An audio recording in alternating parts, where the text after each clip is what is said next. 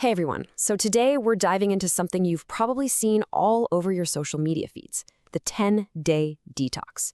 It promises this incredible health reset in just a little over a week, but is it a real biological reboot or is it just a passing fad? Let's get into it. First off, let's talk about why this idea of a detox is so powerful. You know that feeling, right? Maybe after the holidays, a vacation, or just a really stressful month, you just feel off. And you get this intense craving to just wipe the slate clean and start fresh. I mean, who hasn't been there? That feeling of being sluggish, maybe a little foggy, just not 100%.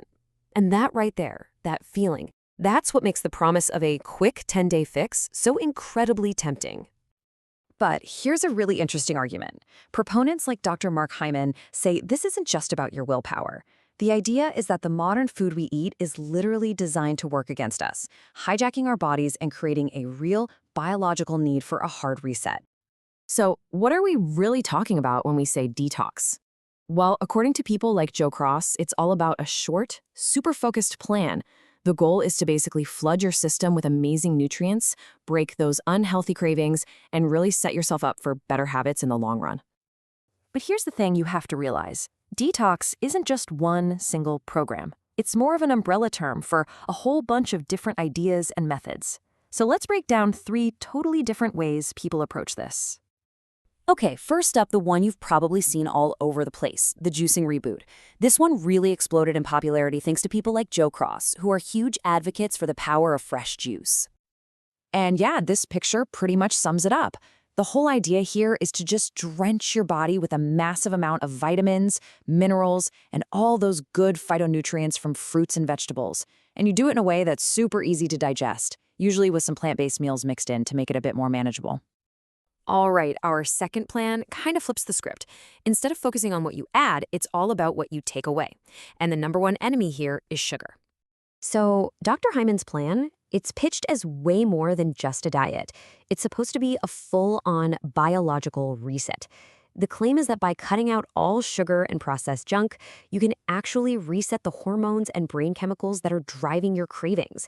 The goal is to shut down inflammation and get some really fast improvements in your health. And then there's our third approach, which is, well, it's a whole different ballgame. This one is way more structured and often uses professionally developed products to get the job done. Take the Clear Change program, for example. Here, you're using these very specific nutritional shakes and supplements. And the thinking isn't to replace what your body already does naturally. It's to give it the targeted tools and nutrients it needs to do its job even better. Okay, so we've looked at 3 different types of plans. But what does it actually feel like to go through one of these for 10 days? Let's get real about the experience and walk through the journey. Yeah, the sources are all pretty clear on this. You can't just dive in head first. There's a whole prep phase, which usually means slowly getting off caffeine so you don't get a monster headache. Then comes the hard part. Everyone says the first few days are brutal. You're on a super strict schedule and you have to be ready for some side effects. We're talking headaches, being tired, maybe even a little grumpy as your body adjusts. And this isn't just theory.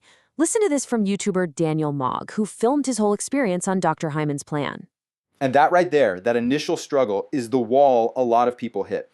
It's your body basically saying, whoa, what is happening? And just to show you how structured this can get, check this out. This is a sample day, day 1 from the Joe Cross reboot. You can see it's all planned out. You wake up to hot water with lemon and ginger, you've got your meals, your juices, even a specific herbal tea for bedtime. It's not just eat a salad, it's planned. But here's the flip side. If you can push through that rough patch, something pretty cool can happen.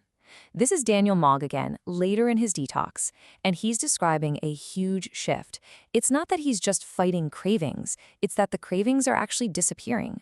Think about that. He started wanting veggies. That's a huge change, and it's really the holy grail of what these programs promise. Okay, so we've heard the promises, we've seen what it takes, but now it's time to ask the really big question. Do you even need to do all this? Let's look at the other side of the coin. And this question right here, this is the massive wrench in the gears of the whole commercial detox industry. Because a lot of health experts, especially registered dietitians, argue that we're kind of forgetting about the incredible, sophisticated system we're all walking around with.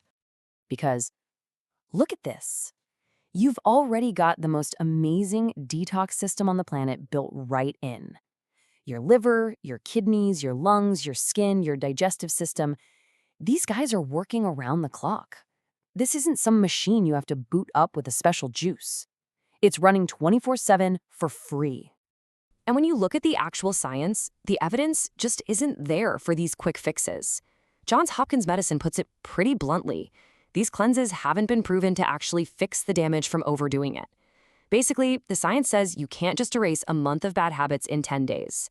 The better strategy might be to just support the system you already have.